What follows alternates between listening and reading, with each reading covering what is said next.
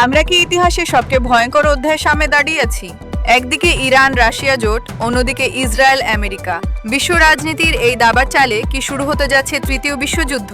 কিন্তু সবচেয়ে বড় প্রশ্ন, যদি সত্যি এই মহাপ্রলয় শুরু হয়, তবে আমাদের প্রিয় দেশ বাংলাদেশের অবস্থা কেমন হবে?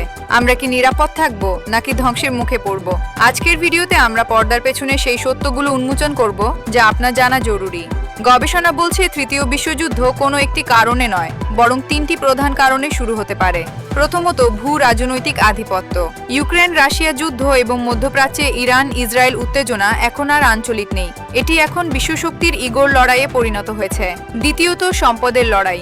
জ্বালানি তেল এবং সেমিকন্ডাক্টর চিপের বাজারের ওপর নিয়ন্ত্রণ নিতে চাইছে পরাশক্তিগুলো। তৃতীয়ত, জোটবদ্ধ হওয়া। বর্তমানে পৃথিবী পরিষ্কারভাবে দুই ভাগে বিভক্ত। একদিকে রাশিয়া, ইরান, চীন এবং উত্তর কোরিয়া, অন্যদিকে আমেরিকা, ইসরায়েল এবং ন্যাটোভুক্ত দেশগুলো।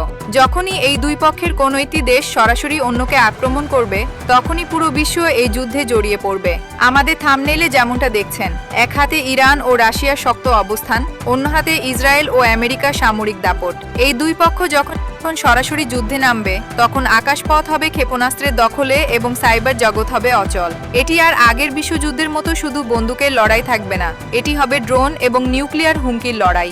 এখন আসা যাক সবচেয়ে বড় প্রশ্নে, বাংলাদেশ কি এই যুদ্ধে জড়িয়ে পড়বে? এর উত্তরটা একটু জটিল। কূটনৈতিক চ্যালেঞ্জ। বাংলাদেশ বরাবরই সবার সাথে বন্ধুত্ব, কারো সাথে বৈরিতা নয় নীতিতে বিশ্বাসী। কিন্তু তৃতীয় বিশ্বযুদ্ধ শুরু হলে দুই পক্ষ থেকেই বাংলাদেশের ওপর চাপ আসবে কোনো একদিকে যোগ দেওয়ার জন্য। নিরপেক্ষ থাকা তখন অসম্ভব হয়ে উঠতে পারে। ভৌগোলিক গুরুত্ব।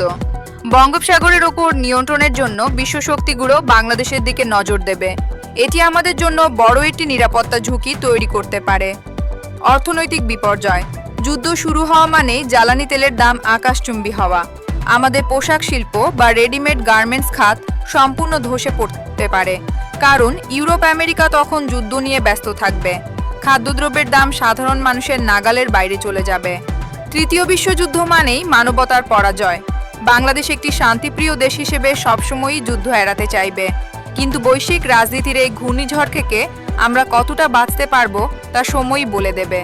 আপনার কি মনে হয়, যদি তৃতীয় বিশ্বযুদ্ধ শুরু হয়, তবে বাংলাদেশের সঠিক অবস্থান কি হওয়া উচিত?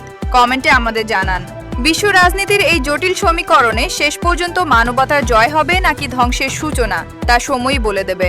তবে সচেতন নাগরিক হিসেবে আমাদের চোখ রাখতে হবে আগামীর প্রতিটি পদক্ষেপে। আপনার মূল্যবান মতামত আমাদের কমেন্ট বক্সে জানাতে ভুলবেন না। আজকের এই বিশ্লেষণটি যদি আপনার কাছে তথ্যবহুল মনে হয়, তবে ভিডিওটিতে একটি লাইক দিন এবং বন্ধুদের সাথে শেয়ার করে তাদেরও সচেতন করুন।